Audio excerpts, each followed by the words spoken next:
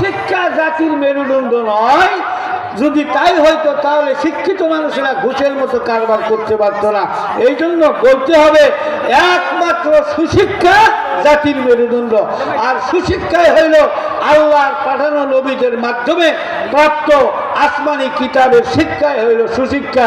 জোরে বলুন আলহামদুলিল্লাহ। ঘুষ আমাদের দেশে এখন মহামারীর মতো, ঘুষের লোভে পড়ে মানুষ থাকবে যে আর কত।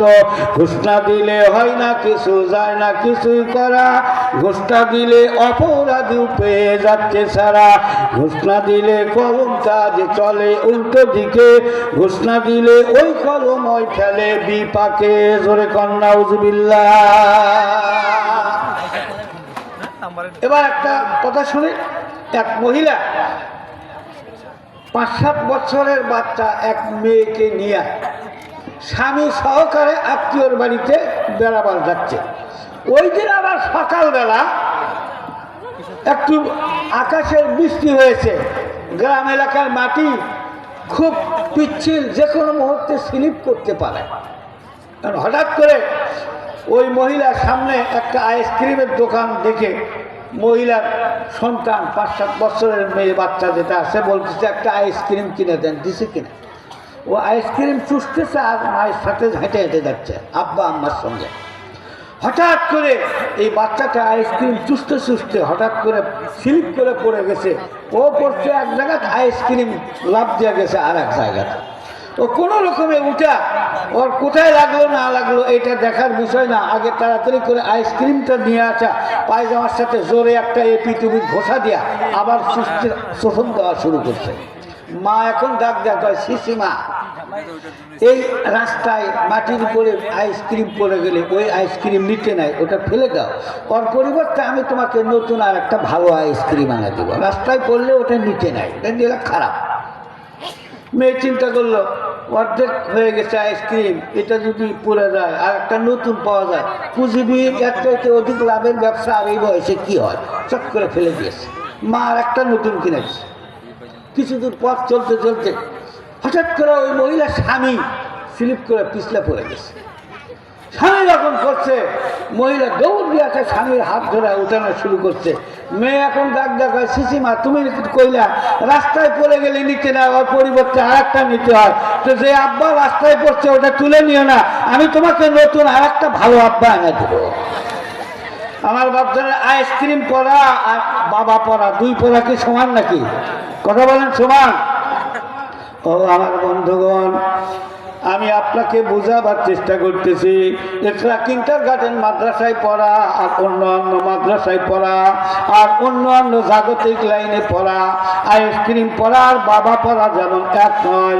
মাদ্রাসায় পড়া, কোরআন হাদিসের পড়া আর অন্য লাইনের পড়া, এই দুই পড়া কোনো দিন এক হইতে পারে না। কথা কোন ঠিক কিনা? জ্ঞানী যারা বোঝে তারা শুধু ইশারায়, অবুঝেরে বুঝাইতে কে পারে কোথায়, বুঝে উঝে না বুঝে তারে বুঝাইকে, না বুঝেই যে মাথা ধুলায় তারে ভূতেই ধরেছে। কষ্ট হচ্ছে আপনাদের? আর আলোচনা বেশি টাইম করবো না, 15 মিনিটের ভিতরেই শেষ করে দেব, কারণ এতক্ষণ যে কথা বলতেছি আলোচনার পরিবেশ নাই। তারপরেও যেহেতু আসছি অনেক দূরের থেকে, ওনারা আসার জন্য বলছেন, এই জন্য কথা বলতেছি। এখানে আলোচনার কোনো পরিবেশই নাই বলতে গেলে। এবার আসুন, তাহলে এই বিদ্যা শিক্ষা করাটা এটা কি শুধু ছেলেদের জন্য না মেয়েদের জন্য? আপনারাই বলেন, শুধু ছেলেদের জন্য না মেয়েদের জন্য? কোরআন হাদিস পড়া, ধর্মীয় মাসলা মাসাইল জানা, শিক্ষা করা, এগুলা হলো ছেলেদের জন্য মেয়েদের জন্য উভয়ের জন্য। এই প্রসঙ্গে আমার বাচ্চারা হাদিসের ভিতরে এসেছে, তলাবুল ইলমি ফরিদাতুন আলা কুল্লি মুসলিম ওয়া ফি রিওয়ায়াতিন মুসলিমাত, ধর্মীয় বিদ্যা অর্জন করা প্রত্যেকটা মুসলমান নর এবং নারী, ছেলে এবং মেয়ে উভয়ের জন্যই ফরজ, আবশ্যক। আমার বাচ্চারা অতএব পুত্র সন্তানের জন্য আল্লাহর কোরআন নবীদের হাদিস মুসলমান হিসাবে চলাফেরা করার জন্য যেইটুকু বিদ্যার প্রয়োজন, এইটুকু বিদ্যা যেমন পুত্রদের উপরে ফরজ, কন্যাদের উপরেও এইটুকু শিক্ষা করা ফরজ। আমার বাচ্চারা কেননা এলেম বিদ্যা না থাকলে আপনি যে নামাজ পড়বেন এই নামাজটাও কিন্তু সহি শুদ্ধ করে পড়তে পারবেন না। এখন এই কথা শোনার পরে আপনি হয়তো ভাবতে পারেন তাহলে আমরা কি এখন যা এই মাদ্রাসায় ভর্তি হব নাকি? না, আপনাদের ভর্তি হতে বলি নাই। আপনাদের সংসার আছে, ব্যবসা আছে, চাকরি আছে, আপনারা সব কাজ ধরে রাখেন।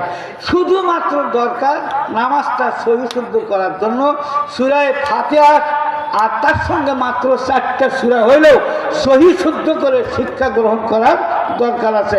চাই মসজিদে গিয়ে হুজুরের সাথে বসা করেন, অথবা মাদ্রাসায় হুজুরের সাথে বসা করেন, অথবা তাবলিগ জামাতে গিয়া আপনি মস্কের ভিতরে বসে শিক্ষা করেন, যেহেতু নামাজ ফরজ। অতএব সূরা ফাতিহার সঙ্গে আর 4টা সূরাও শিক্ষা অবশ্যই আপনার আমার দরকার। আর যারা আমরা এটা শিখতে পারি নাই তাদের জন্য দায়িত্ব আর কর্তব্য হইল 5 ওয়াক্ত নামাজ মসজিদে গিয়া জামাতের সঙ্গে আদায় করা, যাতে করে সুন্নত নফল আমি হিসাবের বাহিরেই রাখলাম, অন্তত ভালো সহি পড়নেওয়ালা একজন ইমামের পেছনে নামাজটা পড়লে আমার খরচটা অন্তত আদায় হয়ে যাবে। তাহলে আমি যেহেতু ঠকছি, এখন আমি তো ছোটোবেলায় এগুলো শিক্ষা করতে পারি নাই, এখন আমার আর একটা দায়িত্ব, সেটা হইল যে আমার ছেলেমেয়েরা যেন না ঠকে। এই জন্য বাড়ির থেকে বের হইলে আজকাল সহি শুদ্ধ শিক্ষা গ্রহণ করার অনেক মাদ্রাসা আল্লাহ পাক আমাদেরকে দিয়েছে, আমাদের আশপাশে আছে। আমি ছোটোবেলায় পড়তে পারি নাই, আমার সন্তানেরা যেন ওই ঠকা না ঠকে, আমার সন্তানদেরকে আমি ওই ব্যবস্থা করে দিই। যদি না দেই, কিয়ামতের ময়দানে আল্লাহ পাকের দরবারে আসামির কাঠগড়ায় দাঁড়াইতে হবে। আমার বাপজানেরা, এই জন্য আল্লাহর হাবিব জনাবে মুহাম্মদুর রাসূলুল্লাহ সাল্লাল্লাহু আলাইহি ওয়াসাল্লাম হাদিসে পাকের ভিতরে ছোট্ট একটা কথা এসেছে। আল্লাহর হাবিব বলেন, তোমার পক্ষে যদি সম্ভব হয় তুমি আলিম হও। আর এক বর্ণনার ভিতরে এসেছে আল্লাহর হাবিব বিখ্যাত বুজুর্গ সাহাবী হযরত আবু যর গিফারী রাদিয়াল্লাহু তাআলা আনহুকে ডাক দেয়া বলতেছেন, আবু যর, তুমি যদি সকালবেলা কারো নিকটে গিয়ে আল্লাহর পবিত্র কোরআন থেকে একটি আয়াত সহি শুদ্ধ করে তেলাওয়াত করতে পারো, তেলাওয়াত শিখতে পারো, আল্লাহ রাসূল বলেন একটি আয়াত যদি তুমি সহি শুদ্ধ করে শিখতে পারো, 100 রাকাত নফল নামাজ পড়ার চাইতে বেশি সওয়াব আল্লাহ দান করে দেন। তারাবির নামাজ 20 রাকাত, তাই আমরা অনেকেই পড়ি না, কথা বলেন ঠিক কিনা? কেউ 8 রাকাত পড়ে মারে দৌড়, কেউ 12 রাকাত পড়ে মারে দৌড়, আবার কেউ 15 দিন পরে আর মসজিদেই যায় না, কয় না আর পড়াই যাবে না। সেখানে 100 রাকাত নফল পড়া মানে কি 4টিখানি কথা? হাদিসের শেষ অংশের কথা বলতেছি না। আল্লাহ হাবিব বলেন, তুমি যদি পারো আলেম হও, নাও যদি পারো অত্যন্ত শিক্ষার্থী হও। আমার মধ্যে একজন আলেমের দাম অনেক বেশি, হাদিসের মধ্যে অনেক বর্ণনা এসেছে আলেমের দাম কত। আমি আপনাদেরকে ছোট্ট আকারে বোঝাবার চেষ্টা করতেছি। যারা কোরআন হাদিস পড়াশোনা করে আলেম হয়েছে, আলেম হওয়ার মানে কিন্তু টাইটেল পাস করা নয়, আলেম হওয়ার মানে কিন্তু কম মাদ্রাসায় গিয়ে দাওরা হাদিস পড়া নয়। আমার বাচ্চারা দাওরা হাদিস যদি পড়ে, কামেল পাঠ যদি করে, এর উপর দিয়ে আরও যদি মুফতি হয়, মুফাসসির হয়, সেটা তো নূরুন আলা নূর, সোনায় সোহাগা। এখানে আলেম বলতে আমি একজন মুসলমান, মুসলমানের ঘরে জন্মগ্রহণ করে আমি মুসলমান, আল্লাহর আদেশ পালন, আল্লাহর নিষেধগুলি বর্জন করে চলা, হালাল হারাম বেছে বেছে চলার জন্য নবী মুহাম্মদুর রাসূলুল্লাহ সাল্লাল্লাহু আলাইহি ওয়াসাল্লামের আদর্শ অনুসরণ করে জীবনযাপন করতে যেই পরিমাণে শিক্ষার প্রয়োজন, ওই পরিমাণে শিক্ষা গ্রহণ করলে একজন আলেম হিসাবে সাব্যস্ত হয়ে যাবে। এখন যদি শিক্ষা অনুযায়ী সে আমল করে, তাহলে সে হবে উলামায়ে সালেহের অন্তর্ভুক্ত। আর শিখলো সত্য কিন্তু আমল করে না, আমার বাবা, সে হবে উলামায়ে সু। শিখছে মাথায় টুপি দেওয়া সুন্নত, কিন্তু টুপি পরে না। শিখেছে হাঁটুর নিচে কমপক্ষে পাঞ্জাবি পরিধান করা, এটা হলো সুন্নত, কিন্তু সে পড়তেছে না। সে জানে ফুল প্যান্টগুলি এইগুলি হলো অমুসলিমদের পছন্দের পোশাক, কিন্তু সে এগুলি বর্জন করে না।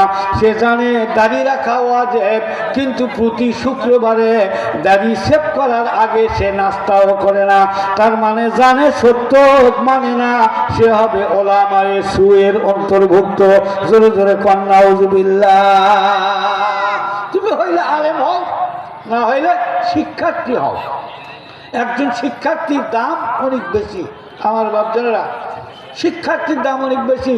একজন শিক্ষার্থী যখন যাতায়াত করে পাশে কবর থাকলে কবরের ভিতর থেকে মানুষ ডাক দেয়া বলে আঁকে বর্মান মিরবি দামান কষা বর্ষের মানসুরা এখলাস বেখা।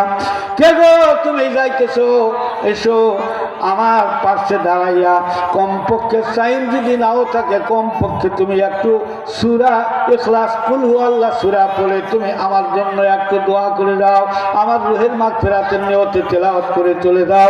আমার বাপজানেরা, ওই যে ইতিপূর্বে আমি বলেছি ইন্নাল আলিমা ওয়াল মুতাআল্লিমা ইযা মাররা আলা ক্বরিয়াতিন ইলা আখিরিল হাদিস। একজন আলেম অথবা একজন মুতাআল্লিম শিক্ষার্থী ব্যক্তি যেই দিক দিয়া চলাচল করবে, ওর আশপাশে যদি কবর থাকে ওর পায়ের পদধূলির বরকতে আল্লাহ রাব্বুল আলামিন কমপক্ষে 40 দিন কবরে আযাব মাফ করে দেন।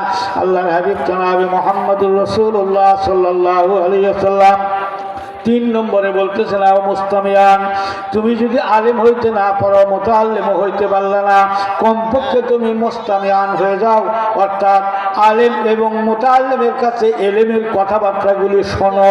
এলেমের কথাবার্তাগুলি শুনে শুনে তুমি তোমার জীবনকে সেই অনুযায়ী পরিচালনা করো।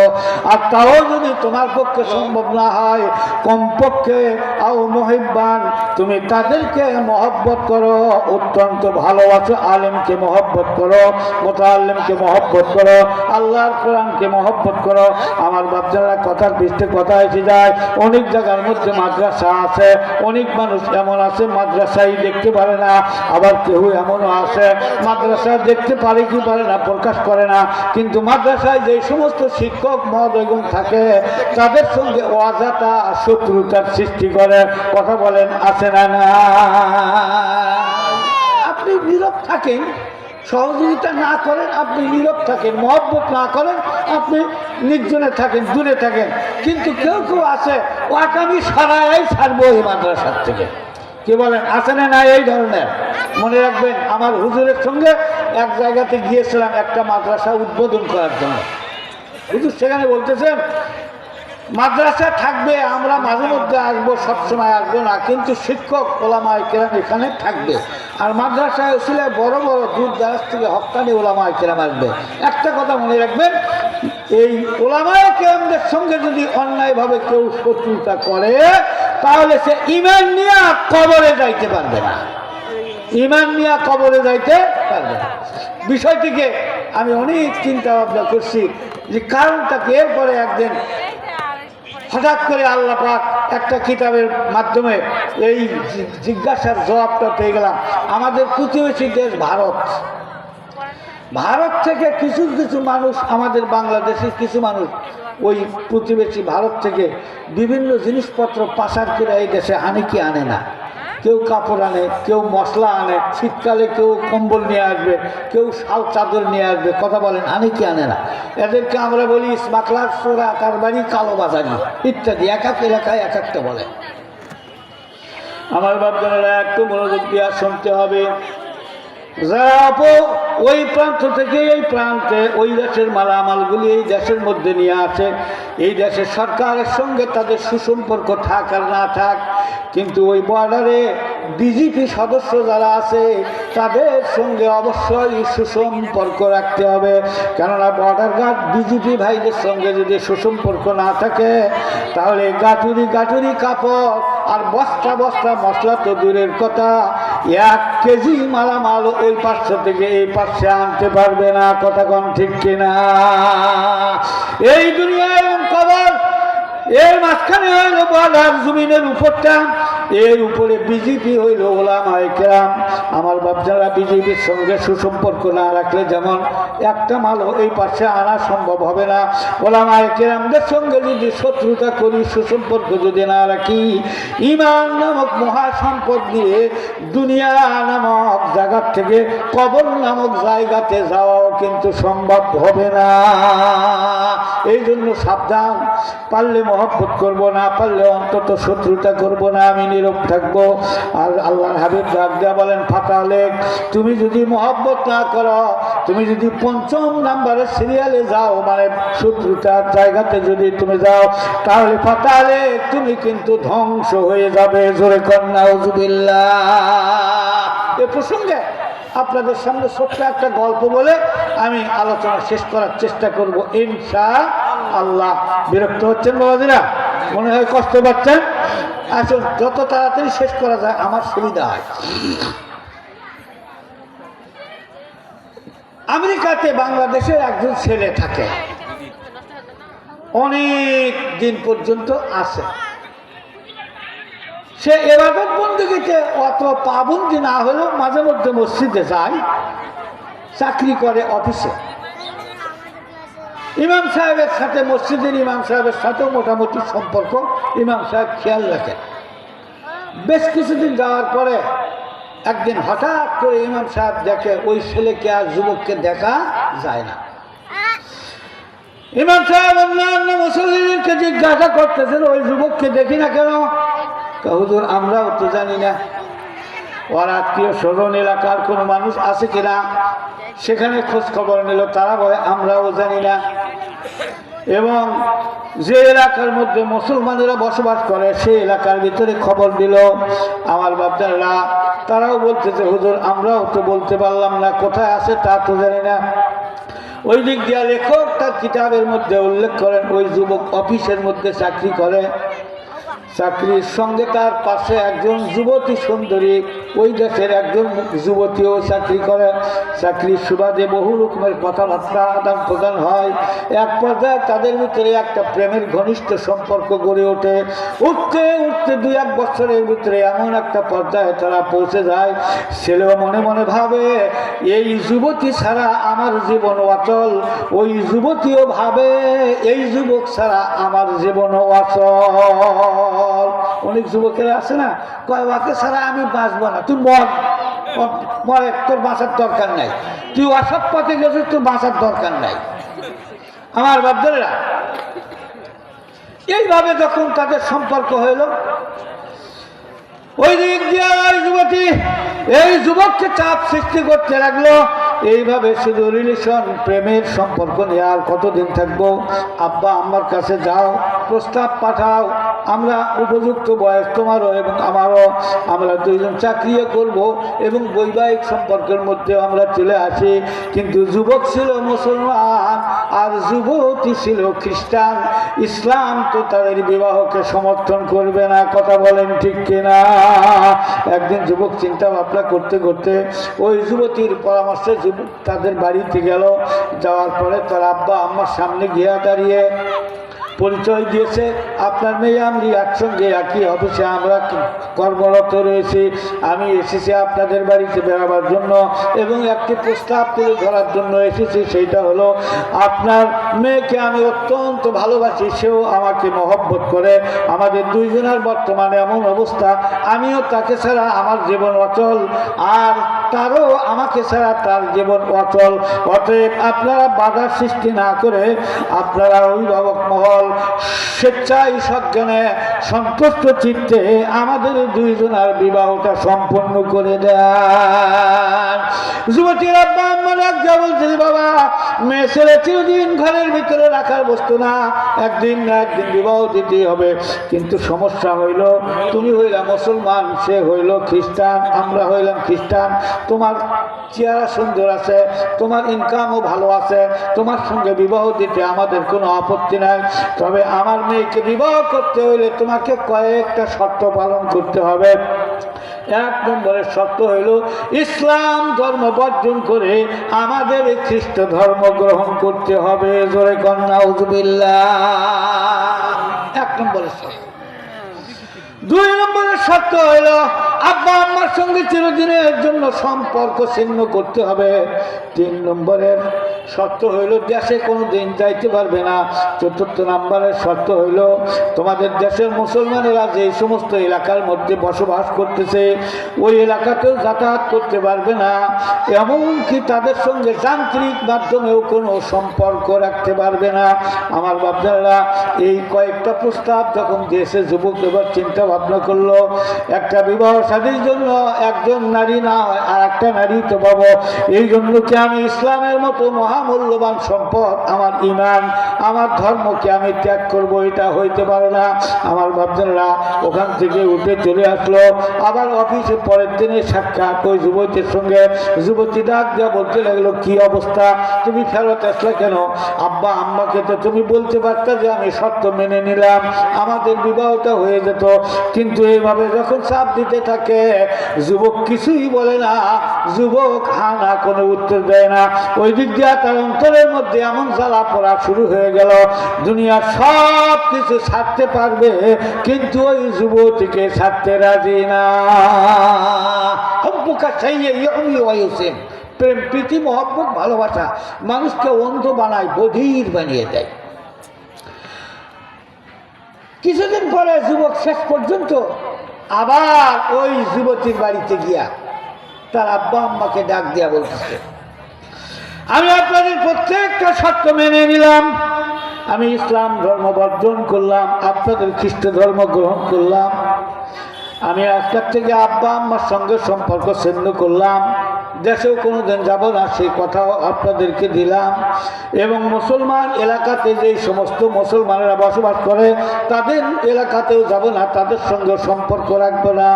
আমার বাপজারা অতি ধুমধামের সঙ্গে অত্যন্ত গর্জিয়াস পরিবেশে ওই যুবক যুবতীর বিবাহ হয়ে গেল।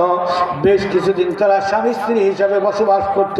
যুবক ডাক দিয়া কয়, আমি যে ঘরের মধ্যে বসবাস করি তাদের বাড়িতে, ওই ঘরের ভিতরে দেওয়ালের উপরে একটা থাক আছে, এমন একটা পজিশন, ওই থাকের ভিতরে ঘরের ভিতরে প্রবেশ করতেও দেখা যায়, বের হইতেও দেখা যায়, ওই জায়গার মধ্যে আল্লাহর পবিত্র একখানা কোরআন শরীফ ছিল।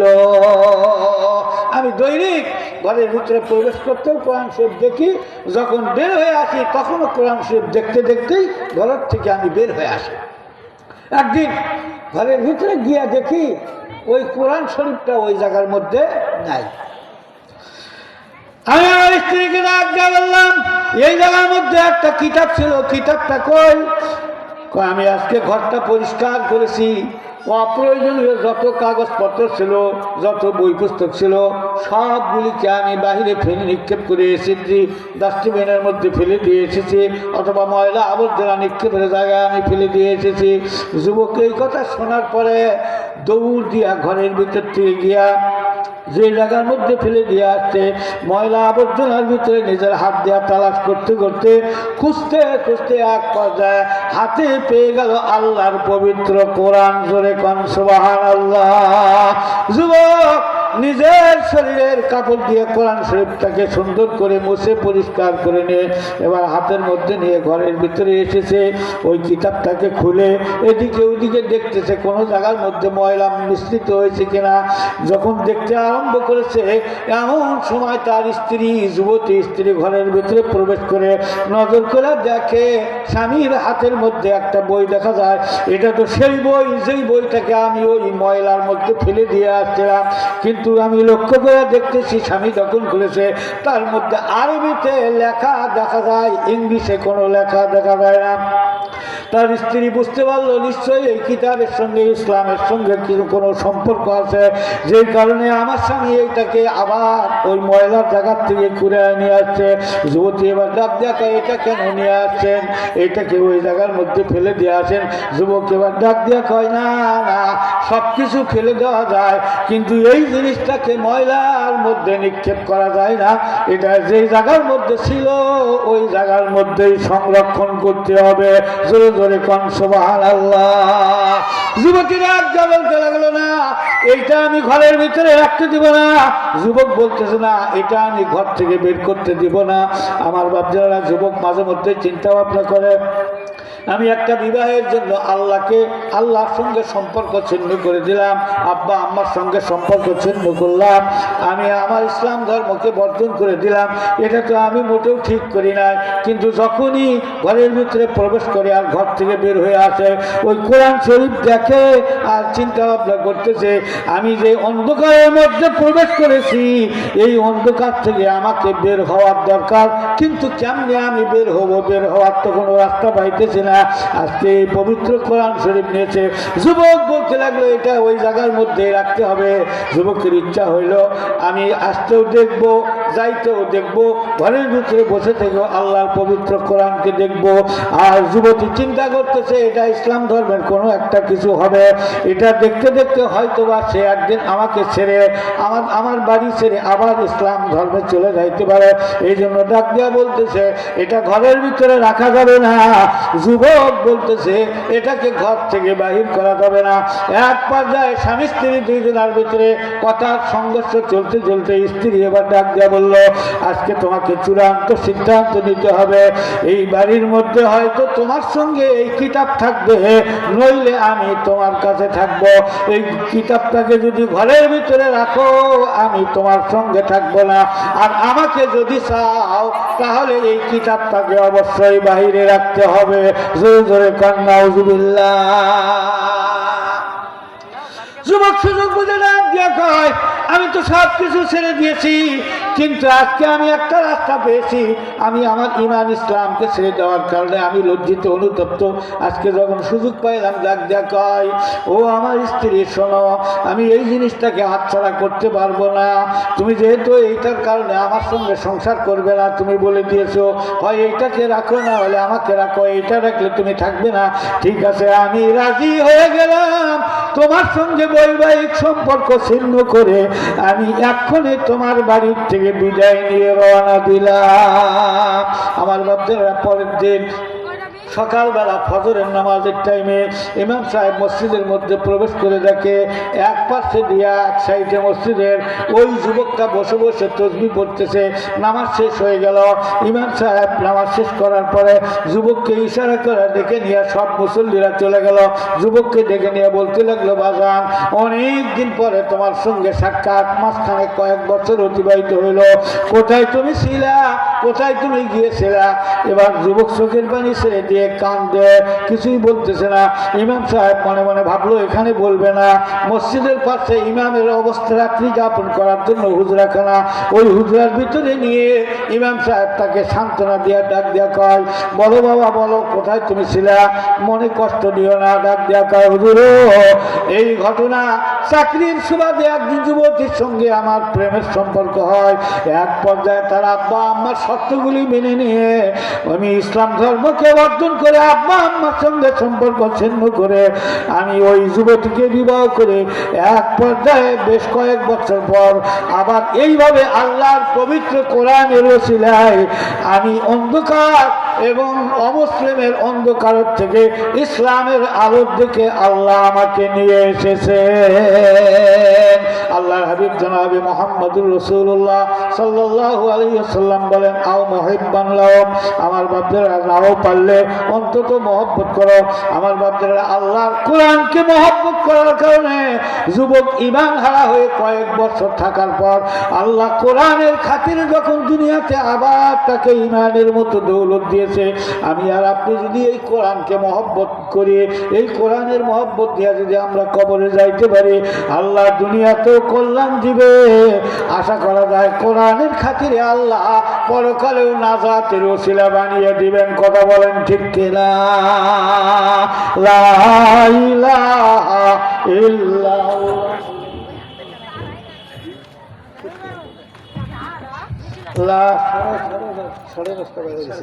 লা